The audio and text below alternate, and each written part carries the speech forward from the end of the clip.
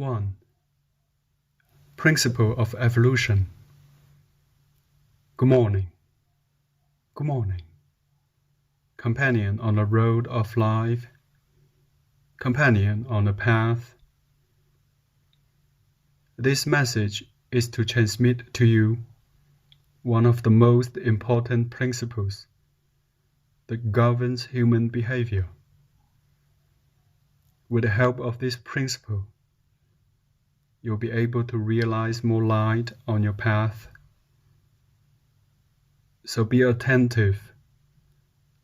Reflect on each word and phrase of this message. Listen carefully to your inner voice as you meditate on it. Reflect on it again and again until its content becomes a part of you. Done this way, it will become instinctive and automatic in your approach to life. To go against the evolution of things is to go against yourself. Let me repeat this again. If you go against the evolution of people, things, situations, happenings in the world, you are at the same time going against yourself. This principle is based on a cosmic law, the most important law that governs the universe. It is the law that states that the Creator resides in all of His creation. As the Creator has created everything that exists, He then is present in each particle, in each atom of His creation. Everything is in everything. Everything is in all things. This is why if you go against the evolution of things, you're also going against yourself. Life is one and beats in all of the cosmic kingdoms. It beats in the animal and mineral kingdoms. It beats in planets, suns, water, and all that is. Wherever you look, there's movement, and movement is life, and life is evolving. Life itself is evolution. Life is one. It is the impulse you feel in your chest, in your heart. It is the same consciousness that beats in you, also in stones, animals, in the trees, and in other people. Life evolves from the imperfect to perfect forms, from the most dense to the most subtle, from the most material to the most spiritual. This is why if you stop the evolution of any particle of life, you will also be delaying the evolution of the same life that beats in you.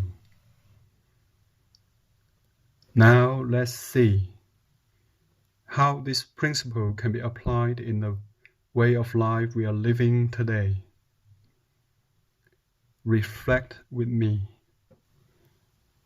If this principle says to go against the evolution of things is to go against yourself, it is also saying, in other words, if you commit yourself to help other things to evolve according to their plan, then you yourself will evolve.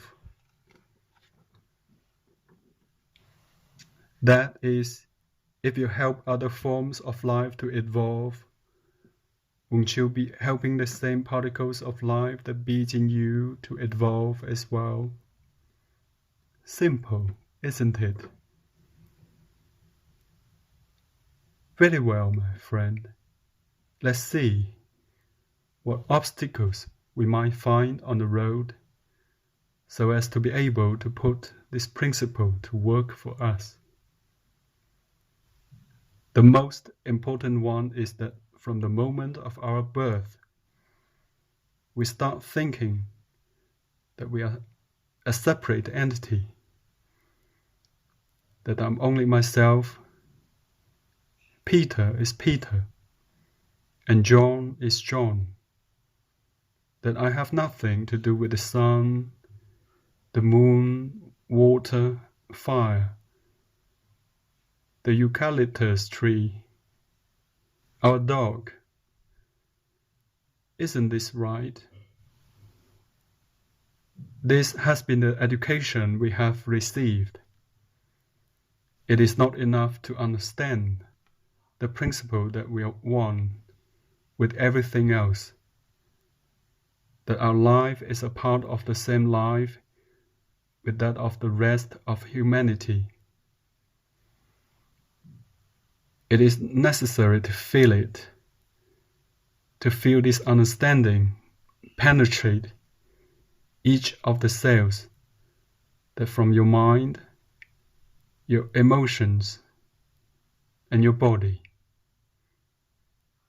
It is necessary that you remember this as you walk the several paths of life.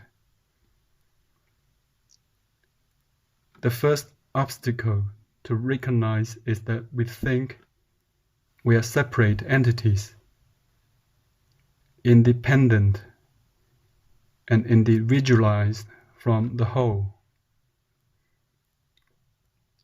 The next obstacle that we will encounter on the path is not holding firmly in our minds and spirit that everything is in evolution or in involution.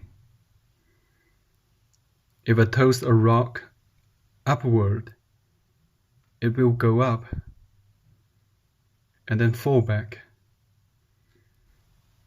In life, to ascend is called evolving. To descend is named involution. There cannot be anything static in the universe. Nothing is inert. Nothing is paralyzed. Everything moves, vibrates, either forward or backwards, inbound or outbound. Everything evolves or involutes. My friend, let's concentrate and meditate on this. A seed evolves into the tree. A boy evolves into the man.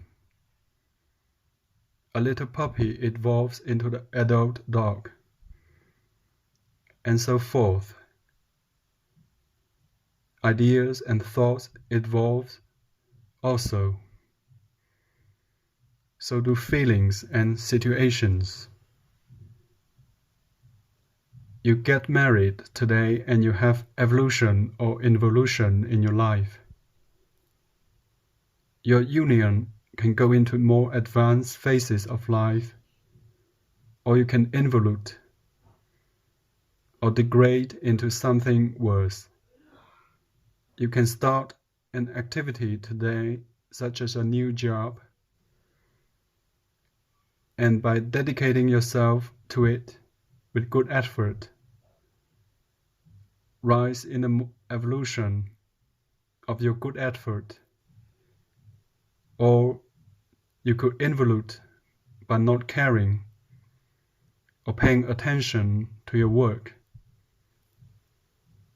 This is the daily struggle inside our small worlds. We're made of basically three entities: mind, emotions, and body. Consciously, No individual wants involution. If we were to be asked which of the two we wanted, we would naturally choose evolution. We all want to be better person, better workers, better professionals, better friends, better brothers, better children, better parents, to be rich, have creative ideas. Isn't that right? Even though this desire to evolve is in our mind is weak. By the law of duality, our emotional instinct naturally opposes our mind. Our emotional instinct is a justifier. It has a sweet tooth, is lazy, holds back, runs away from effort, looks for the easy way, and tends to involute inside you, inside me, and inside all other people. There is a constant struggle between the side that wants to go forward and the other that wants to hold back or go backwards. Our body is in the middle of that battle. The reaction produced by the friction between our minds and our emotions can cause weakness, sickness, destroy our organs, and embitter our life because our body receives the results of the battle taking place inside of us between the two forces. Going back to the principle, to go against the evolution of things is to go against yourself. This means that if you support the evolution of something external to you, you will at the same time be strengthening the part in you that involutes. On the other hand, if you help in your world or other forms, beings or persons to evolve, you will be supporting the part in you that wants to evolve. How can we make this happen? The people that we have walked that path into evolution before you and me have asked themselves the same question. Those who have crossed the barrier and have evolved step by step, season after season, left for us the following legacy of their experiences. Before we continue, I would like to suggest to you that you follow the instructions in the first part of this message for 7 days, that you meditate and reflect on them. This is the first part of the legacy to you. So practice and understand it thoroughly. It will provide you with the light of this principle, and is the reason why it is the first of the 12 that can give man his total liberation from life and the maximum evolution possible. Unless you follow the first instruction, coming from those who have walked this path ahead of us, it won't be worth continuing with the rest. So be conscious, my friend. Be prudent. Pull yourself out from the masses. Don't be afraid of being different. Take seriously this advice. Here the only purpose is to make a free person out of you. The second instruction they have left us, after understanding the first part of this principle, is to make an analysis of your own life, our own life. Get a sheet of paper and a pencil. Ask yourself the following question. Right? Can it be that unknowingly I'm doing, saying, or acting in a way that is contributing to the involution of my own life and that of the people around me? I'm not saying that you are doing so, but could it be? Remember, the part in us that involutes our life works very secretly, hidden from our consciousness.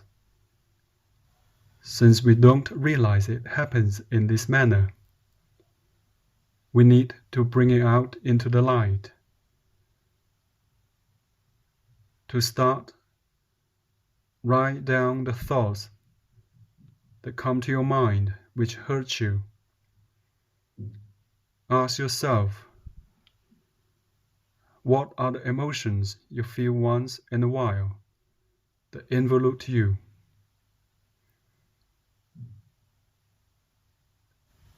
Do your actions contribute to the evolution of your physical body? Is everything you do evaluative? Now, let's look at a situation with people you live with. Your mother, spouse, children, workmates. Write them down too, one by one, and ask yourself the following questions. Can it be that I'm doing something that involutes or makes any of them go backward instead of forward? Analyze your reactions thoroughly and write them down from the point of view of your thoughts, emotions, and actions. Then, after doing this, you will wake up and understand more fully the identity of what is within us, what is also part of us, but under the law of equilibrium tends to involute us and now wants to help us evolve. After doing this analysis, you will discover many unknown things about this hidden part of yourself. But my friend, you must be true to yourself, sincere, impartial, as if you were doing this about somebody else. Now, after doing it once a day for 7 days, each time as if it was the very first time, not forgetting to be prudent and sincere, this becomes the first part of your liberation from the involutive influences of the world. The third instruction is as follows. Choose an hour of the day for your private use over the next 49 days. During this hour, you must be away from all your activities and relations, where you can do this work of understanding the ways of evolution in action. As an example,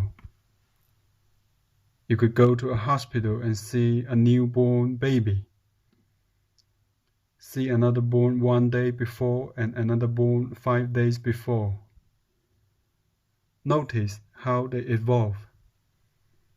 Or you could plant a seed or a plant and watch it over the following 49 days. And you will see that if you water it, it could evolve and grow.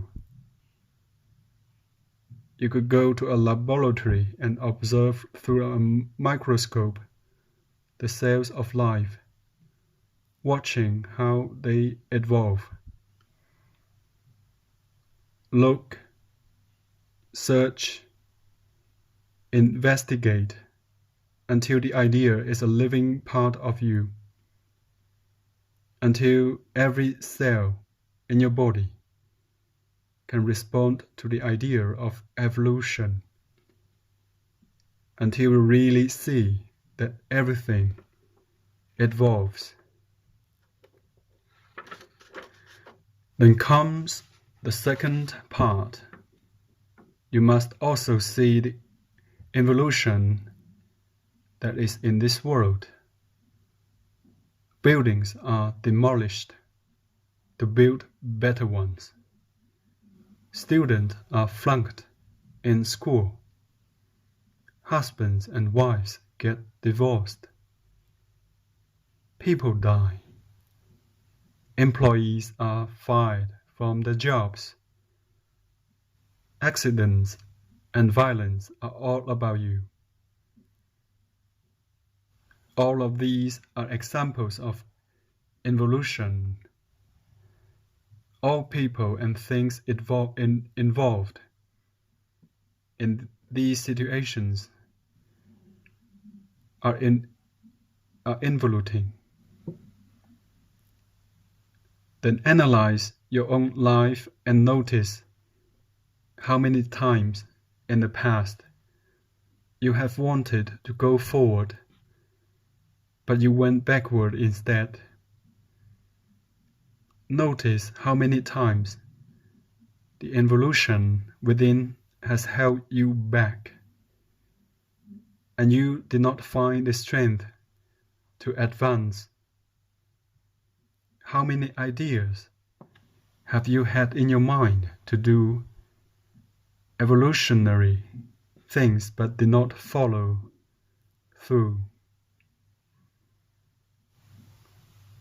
Well, try to remember how many times have you inflicted harm on other people and they have involuted because of it.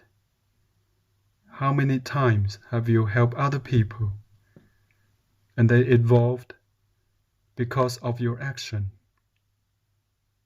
My friend, the secrets that have led other people to liberation are in your hands. You have it in your hands to make a better world for yourself and others, or make your world a hell. In your hands, you also have that others have a heaven or a hell. To go against the evolution of others is to go against your own evolution. After the 49 days, after this thorough analysis and acquired knowledge of yourself and of others, you will have awakened to the reality that everything evolves from involution, and that you can help the rest to evolve, as well as to contribute, even unknowingly, to the involution of others. not willingly. Of course, nobody consciously hurts others, not even a flea. We must remind ourselves that within us there's an entity, there's our real self, an instinctive entity, an uncontrollable entity, that when we sleep or are not alert or daydreaming can overwhelm us with our fears, our needs, our fights, that we forget that others are ourselves and that the life in them is the same as the life in us. The entity makes us do things that we consciously are not willing to do. You can understand, my friend. Nobody wants to watch a baby cry. Nobody wants people to die of hunger. Nobody wants war, conflicts, and discord. Consciously, we want to see everybody happy, progressing. But what we see all around us are the signs and effects of involution. Who causes this? Who causes this, my friend? Simply put, it comes from within you and me, in the part of us humans that we cannot control, the part that tends to involution. For whatever reason, be it need or fear, isolation or trauma, it dominates our essence and makes us do the things we do. This is involution.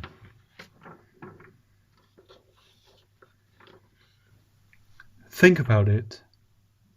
Can you imagine if every person in this world decided to follow the principle that says, to go against the evolution of others and of things is to go against my own evolution? If each and every human being would do this, what kind of world would we have?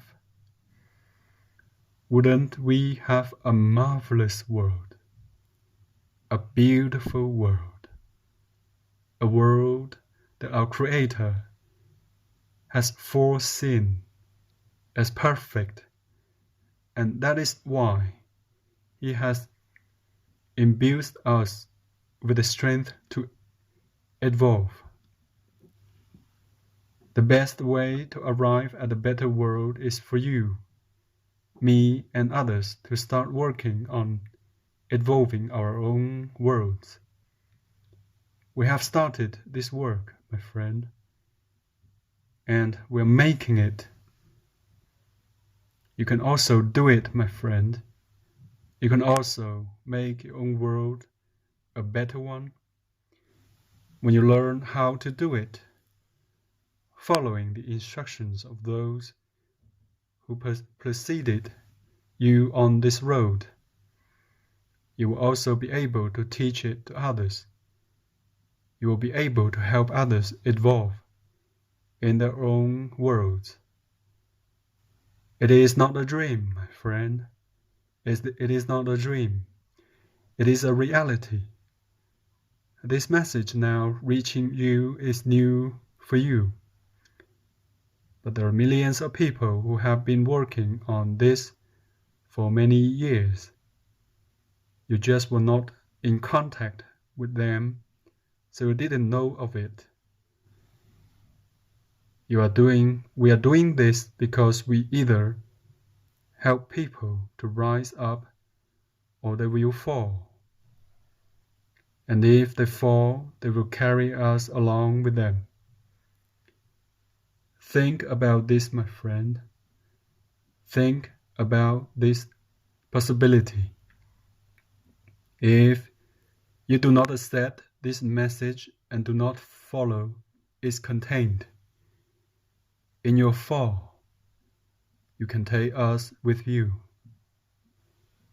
If the fire, if the life that is within you involutes, I will involute with you as well. I know you are surprised by this analysis, but it is the truth. This message is for people who are eager to develop, that are tired. It is for people who wish a better world, here, now, today, not a heaven in the future.